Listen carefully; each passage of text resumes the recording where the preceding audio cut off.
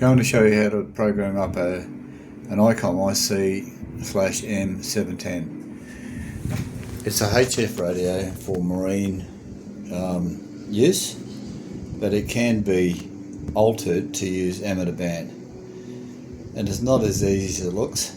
I'm lucky enough to have a programmer lead which I got off the supplier in Silicon Valley, but you can buy it off eBay, the same supplier. I've actually gone to the homepage direct. Now we're going to use dosbox to open this thing up, even though this little computer which is on now is running XP onto the screen over here. So to get dosbox, download it, set it up in your computer. I've got mine set up in the computer here. I just want to show you what I've done with it. Dosbox, we'll go into program files, dosbox, and under the options.bat file I've modified the bottom part of it. So in there it's got mount C drive dosprograms, and the other commands under that is what helps it go straight into the EX1726 program that runs the programming for the marine radio. So I'll jump out of that. We'll go into dosbox, which has been set up. So you notice it'll kick straight into the EX1726 program, which is on the right hand side here. You'll see the information there. It's for the IC-M710. Okay, so bear with me, I'm not very good at videos. So I hit the escape button on the old Panasonic toughbook. I go down to a load file, and it'll come up with some ones there. There's 3 there at the moment. I'm going to use the M720. I don't know why it's marked 720, but it is. So that one's loading up. Alright. And I've already enabled, I've got into the commands of the common part of the program, and I've already enabled this stuff here for full control, and it's in expert mode anyway, so it's quite fine. I can do all that. In here as well, you can change the mode, so you can see what mode it is, because initially it's only J3E example. If you hit the space bar, it comes up as USB. The next one is reduced carrier sideband. The next one's AM, and you see to the left hand side on what they normally are called when they're on the radio.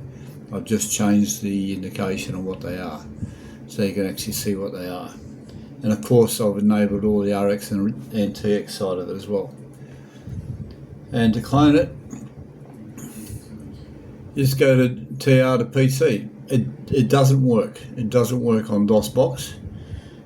Even through the old Panasonic XP, it does not work. So my way around that is to,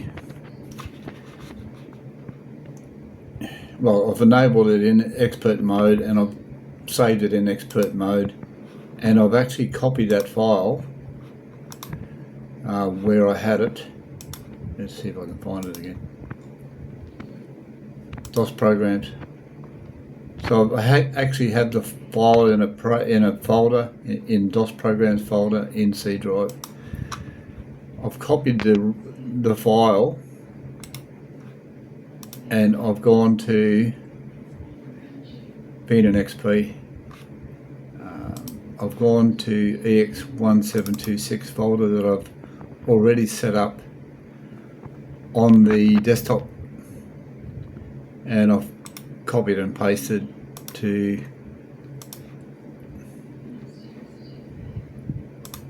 M710. M720. It should be M710. Maybe we'll change the name of it. That's wrong. I don't know why that's right. So, okay, now I can see what it is. Okay, then we just double click on that. It opens up the DOS program so we can get straight into it. And the M710.icf was saved as a expert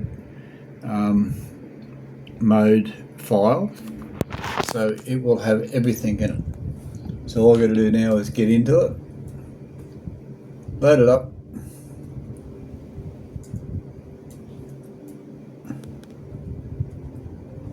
and it'll have M710. Load it up. Everything on that common page is enabled. That being that one there. And then we go to user. They're all the usual marine frequencies. This is not obviously not going to be the file I'm going to use, but this is the one that normally is in the radios that you see when you go buy them from a boatie or something like that. So you can do different things. You get a frequency range. It'll give you the frequency range of what you can do with it. Bear in mind the ITU channels are normally say 4M, which is 4 megs to whatever, 4.999 megs, whatever. The same with 6, 8, 12, 16, 18, 22, 25. And the transmit frequencies are all set as well. Okay, we'll get out of that. I'll go back to mode. Mode's good. And now we can go across to clone. And this time we're going to go from PC to transmitter to radio.